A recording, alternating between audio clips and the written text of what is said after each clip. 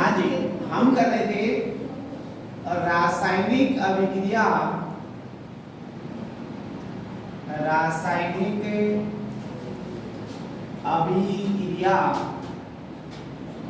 एवं समीकरण की बात। हाँ देखिए, हम पढ़ रहे थे रासायनिक समीकरण एवं रासायनिक अभिक्रिया एवं समीकरण, जिसमें हमने रासायनिक अभिक्रिया को पढ़ लिया। उसमें हमने बात कही थी रासायनिक अभिक्रियाओं में एक अभिकारक होता है जिसको रिएक्टेंट भी बोलते हैं। रिएक्टेंट बोला जाता है जिसको। रिएक्टेंट का मतलब अभिकारक होता है। इसको कोई कई बार क्रियाकारक, अभिकारक या अभिक्रियक अणु भी कहते हैं। इसके बाद एक आता उत्पाद। अब अभिकारक क्या होते हैं? तो हम कह सकते हैं ऐसे पदार्थ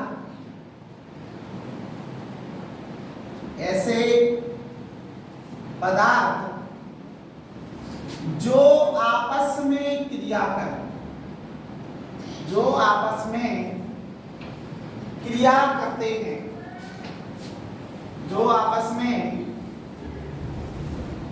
करते हैं, यानी ऐसे पदार्थ जो आपस में, ये कह सकते हैं रासायनिक अभिक्रिया करते हैं, जो आपस में रासायनिक अभिक्रिया करते हैं,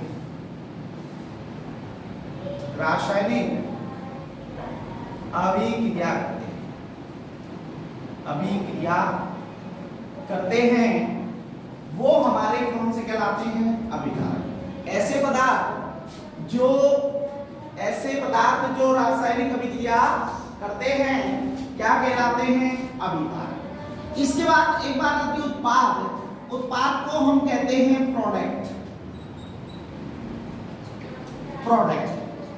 प्रोडक्ट का मतलब क्या होता है? रासायनिक अभिक्रिया में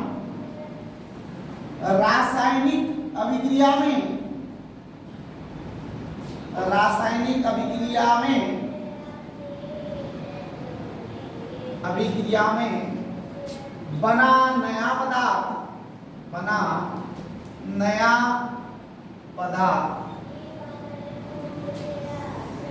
उत्पाद कहलाता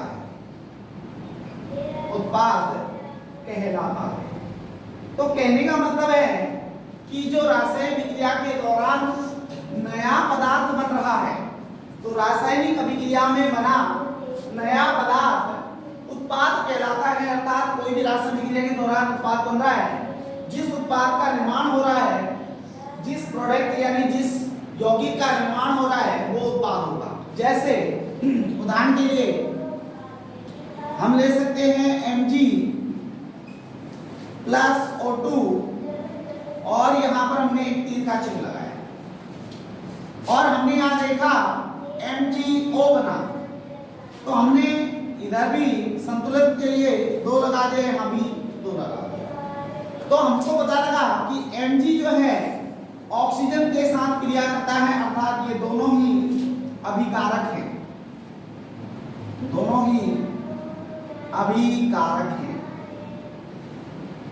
अभिकारक क्यों हैं? क्योंकि ये दोनों पदार्थ जो हैं वो रासायनिक अभिक्रिया कर रहे हैं, अर्थात इनमें रासायनिक अभिक्रिया होगी, इनके बीच क्रिया होगी, तभी एक नया पदार्थ बनेगा। और नया पदार्थ यहाँ पर बना MgO, जिसको मैग्नीशियम ऑक्साइड कहते हैं। ये नया पदार्थ उत्पाद है,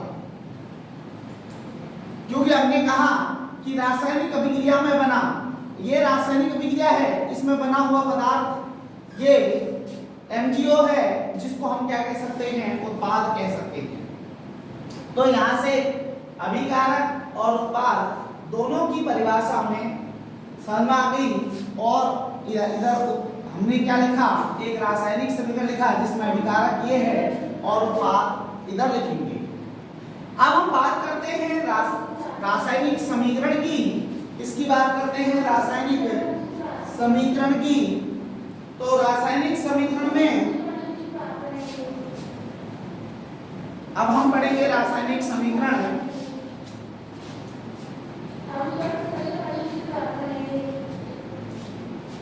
देखिए रासायनिक समीकरण क्या है। अभी तक हम रासायनिक विक्रियाओं की बात कर रहे थे, अब हम रासायनिक समीकरण की बात करेंगे। रासायनिक समीकरण होते क्या हैं, जिसको हम कहते हैं केमिकल इक्वेशन।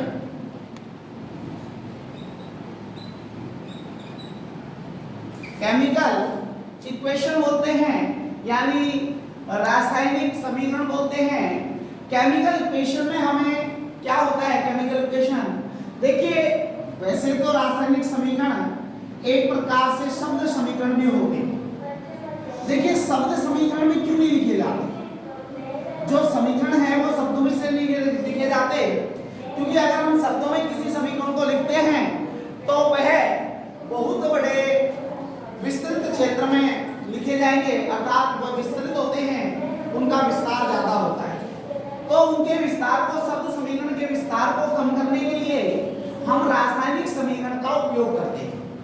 अब रासायनिक समीकरण की हम परिभाषा लिखें तो क्या लिखेंगे, तो हम लिखेंगे कि जब किसी रासायनिक अभिक्रिया को या जब किसी रासायनिक क्रिया में तत्वों या यौगिकों को सूत्र या संकेतों के रूप में व्यक्त किया जाता है तो उन्हें हम रासायनिक समीकरण कहते हैं। तो हम लिख सकते हैं ऐसी रासायनिक अभिक्रिया, ऐसी रासायनिक अभिक्रिया, ऐसी रासायनिक अभिक्रिया जिनमें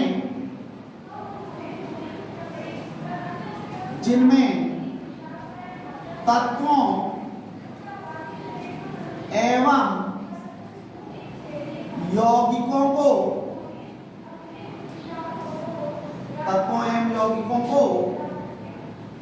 सूत्र एवं संकेतों के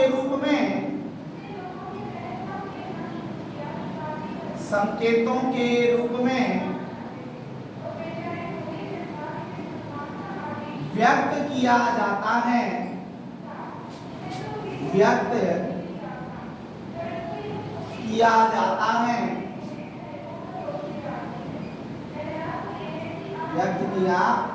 जाता है, उन्हें रासायनिक समीकरण कहते हैं, उन्हें रासायनिक समीकरण कहते हैं। देखिए ऐसी रासायनिक अभिक्रिया जिनमें तत्वों एवं यौगिकों को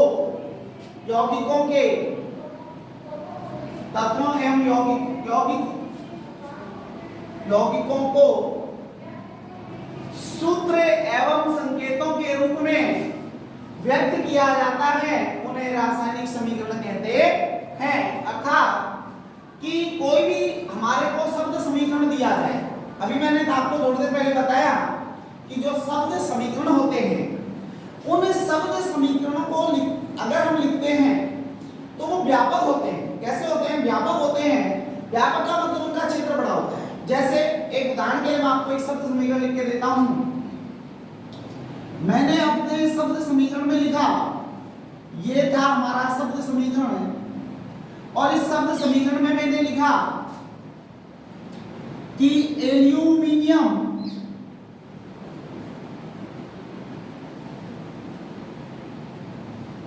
क्लोराइड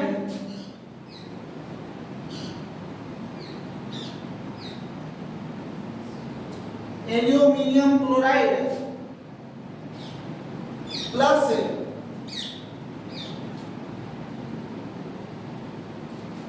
एल्यूमिनियम सल्फेट कर लीजिए, यहां पर aluminium sulphate plus barium chloride,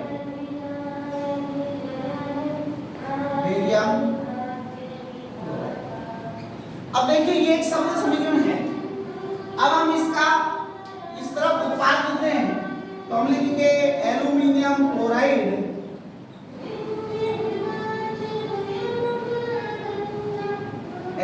aluminium chloride और प्लस बेरियम सल्फेट। अब देखिए अगर हम इसको देखते हैं तो हमें देखने से ये पता चल रहा है कि देखो शब्द समीकरण लिखा तो गया है लेकिन काफी व्यापक है, देखने में काफी बड़ा दिख रहा है, देखने में काफी बड़ा दिख रहा है अर्थात इसका व्यापक लग रहा है। तो अब हम इसको क्या करें कि रासायनिक समीकरण में लिख दें। अब रासायनिक समीकरण आपको पता है किसमें लिखे जाते हैं, सूत्र या संकेतों के रूप में। तो सूत्र और संकेतों के रूप में अगर हम इसे रासायनिक समीकरण में लिखेंगे तो हम यहां लिख देंगे Al 2SO4 की होल थ्राइस प्लस BaCl2। अब रिएक्शंस कराएंगे। देखिए तो मैंने कहा था जो आके आपका आयन होता है प्लस और ये माइनस, ये प्लस और ये माइनस। प्लस की क्रिया सदैव माइनस से होती है क्योंकि आप सभी जानते हैं विपरीत आवेश एक दूसरे को अपनी ओर आकर्षित करते हैं।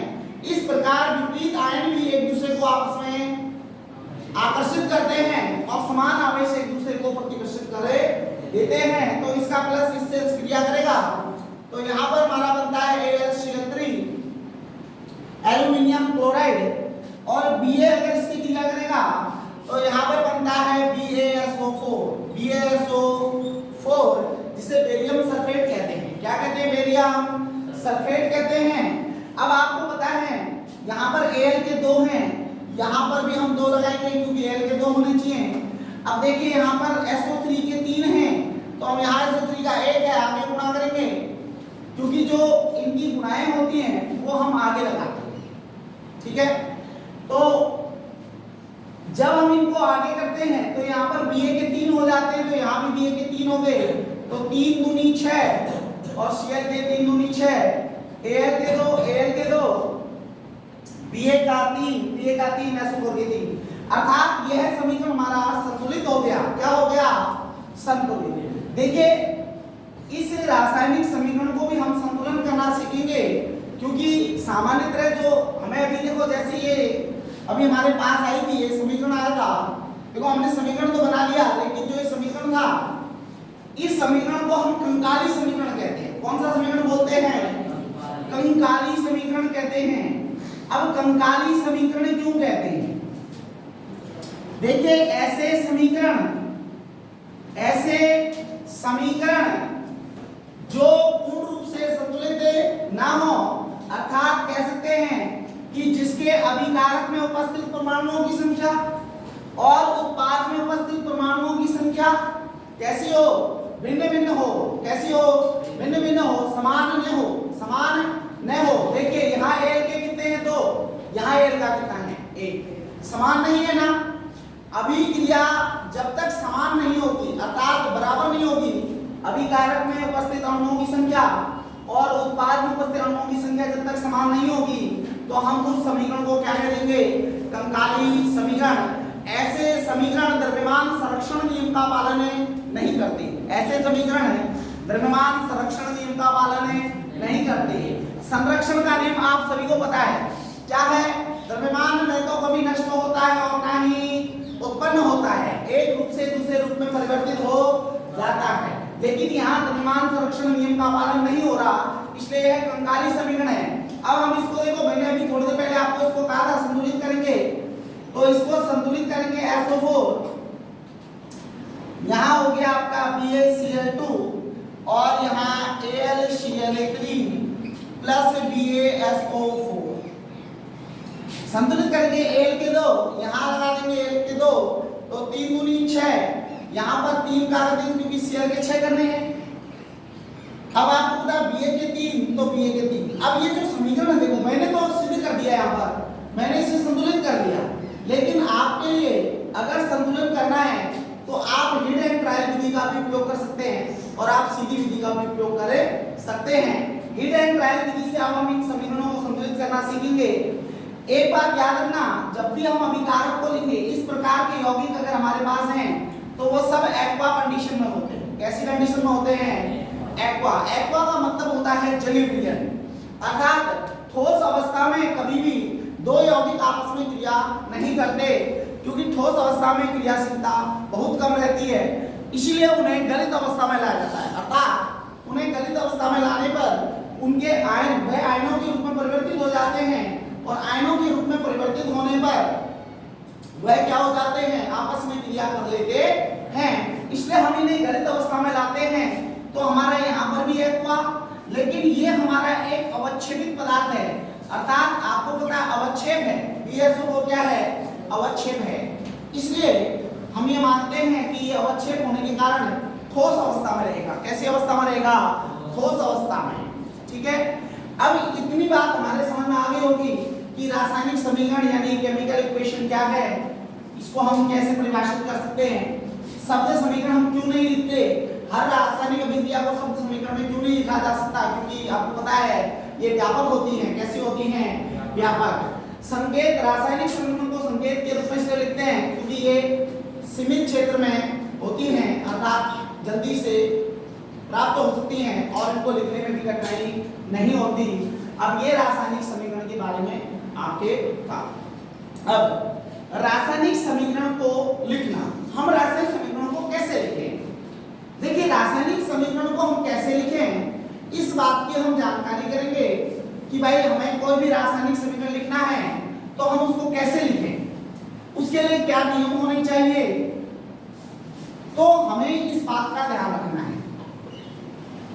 जो बातें मैं यहाँ पर आपको लिखवाऊंगा वो आप देखेंगे ध्यान से कि रासायनिक समीकरण को लिखते समय हम किन बातों का ध्यान रखेंगे। पहली बात देखिए, आप सभी को पता है रासायनिक समीकरण को लिखना, हमारी हेडिंग रहेगी रासायनिक समीकरण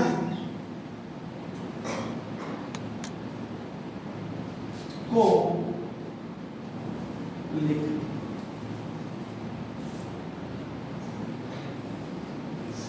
ठीक है ना, यानी कि writing of chemical equation, writing of chemical equation, यानी कि हम किस प्रकार केमिकल इक्वेशन को लिख सकते हैं, उसके लिए क्या हमारे को नियम ध्यान रखने हैं।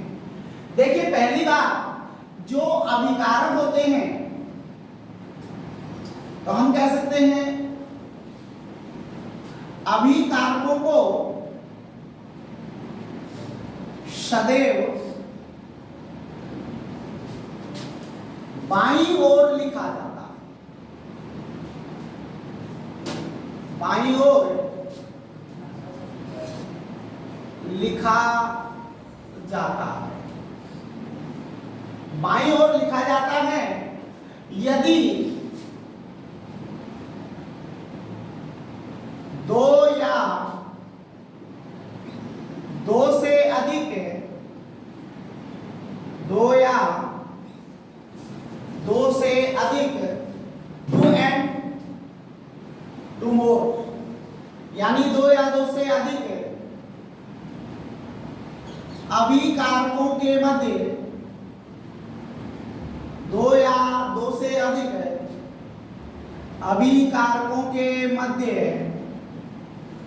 योग चिन्ह लगाकर, योग चिन्ह लगाकर